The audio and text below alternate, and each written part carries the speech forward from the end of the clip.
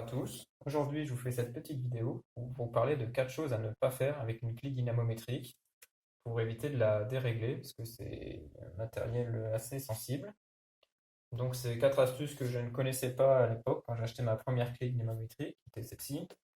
Du coup, j'ai préféré en acheter une nouvelle, car je pense avoir déréglé la première avec mon utilisation. Donc, j'ai acheté celle-là en remplacement, et j'ai également une plus petite. Donc, en fait, la petite, elle permet de faire des serrages entre 5 et 25 nanomètres. Et les deux grandes, qui sont équivalentes, permettent de serrer entre 28 et 210 nanomètres. Donc, pour les 4 astuces, la première, ça va être de ne jamais utiliser la clé pour desserrer, car c'est pas fait pour, en fait. Ça va vous dérégler votre clé.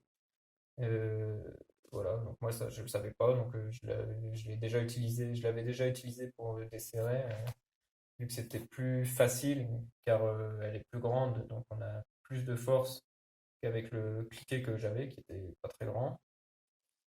Ensuite, la deuxième astuce, c'est de ne pas utiliser la clé dynamométrique en dessous du couple minimal. Donc ici, quand vous réglez, il ne faut pas aller en dessous du minimal et pour essayer de serrer, ça risque aussi de vous la dérégler. La troisième astuce, c'est que quand vous êtes en train de serrer et que vous entendez le clic comme quoi le couple a été atteint, c'est de, c'est de relâcher en fait, d'arrêter de ne pas essayer de continuer de serrer après, car il faut en fait permettre à la clé de se réinitialiser. Si vous continuez d'essayer de serrer, de forcer, ça risque aussi d'endommager et de la dérégler.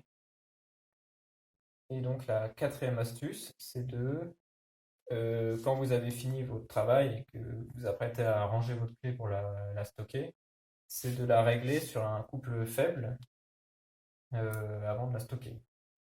Pareil, donc c'est pour éviter de dérégler la clé.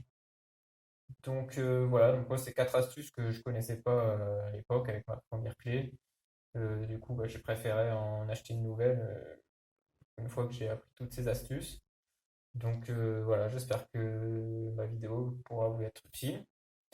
Donc si vous avez aimé ma vidéo, n'hésitez pas à liker, à vous abonner à ma chaîne ou à commenter. Et également dans la description, je mettrai quelques liens si vous cherchez une clé dynamométrique équivalente à celle-ci ou à celle-ci. Voilà, merci.